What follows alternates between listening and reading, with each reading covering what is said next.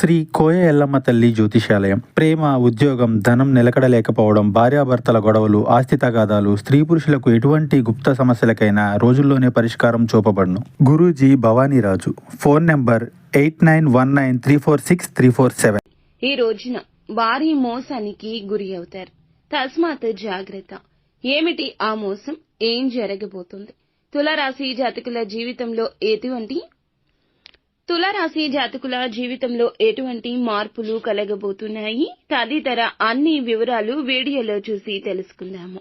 Video మీకు నచ్చితే తప్పకుండా ఒక చిన్న లైక్ చేసి మా ఛానల్ ని సబ్స్క్రైబ్ చేసుకోండి. ఇక ఆలస్యం లేకుండా వీడియోలోకి అయితే వచ్చేద్దాము. ఈ రోజున ఈ రాశి జాతకులు చంద్రుడు కర్కాటకంలో సంచరించడం వలన ఈ రాశి జాతకుల జీవితంలో కొన్ని రకాల మార్పులు కలగబోతున్నాయి. వీరి జీవితం పైన తీవ్రమైన ప్రభావాన్ని చూపించబోతున్నాయి. ముఖ్యంగా ఈ రోజున శని కేతు దోషం చాలా ప్రమాదకరం. పాత స్నేహితులు మిమ్మల్ని తిరిగి మళ్లీ కలవాలనుకుంటారు. సామాజిక మాధ్యమాల్లో కొత్త పరిచయాలు వేగంగా పెరుగుతాయి. లాభదాయకమైన ఆఫర్లు, గుప్త సంబంధాల పేరుతో ప్రలోభాలు వస్తాయి. అదృష్టాన్ని మార్చే అవకాశం అనే ఈ యొక్క అవకాశం ప్రతి నిత్యము కూడా వినిపిస్తోంది.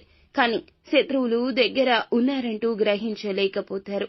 భావోద్వేగంగా బలహీనంగా ఉంటారు. ఎవరినైనా సులభంగా నమ్మే ధోరణి పెరుగుతుంది.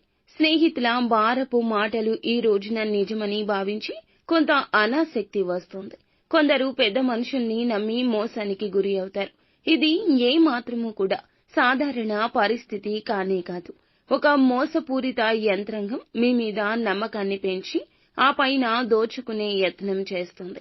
ఒక ఆన్లైన్ ఫ్రెండ్ దగ్గర కావచ్చు, ఆఫీసులో లేదా బిజినెస్ లో దయ చూపుతూ దూరంగా ఉన్నా సరే బాగా దగ్గరగా ఫీల్ అవ్వాలనిపిస్తుంది. వారి యొక్క దయ నటన అని మాత్రం మీరు గుర్తుంచుకోండి. మిమ్మల్ని మునగ చెట్టు ఎక్కించి కిందకి తోసేస్తారు. ఈ రోజున ఓటీపీ విషయంలో, ఆన్లైన్ విషయంలో, వ్యక్తిగత సమాచారం విషయంలో తస్మాత్ జాగ్రత్త. బలవంతంగా కొన్ని పనులు మీతో చేయించడానికి కొంతమంది టార్గెట్ చేయొచ్చు. కావున చివరాఖరి వరకు కూడాను పట్టుదలను వీడవద్దు. తప్పు కాకపోతే తప్పు అని చెప్పండి. మీరు చేయకపోతే చెయ్యనని చెప్పండి. మొహమాటానికి అస్సలు వెళ్లొద్దు. అపరిపక్వత నిరాశను కలగచేస్తోంది.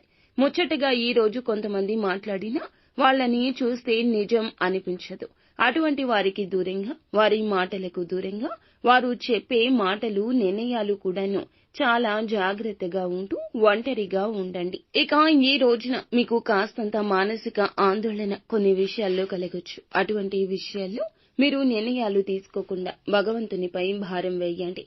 నిత్యం శివారాధన తప్పనిసరిగా చేసుకోండి. అంతా మేలిమి ఫలితాలు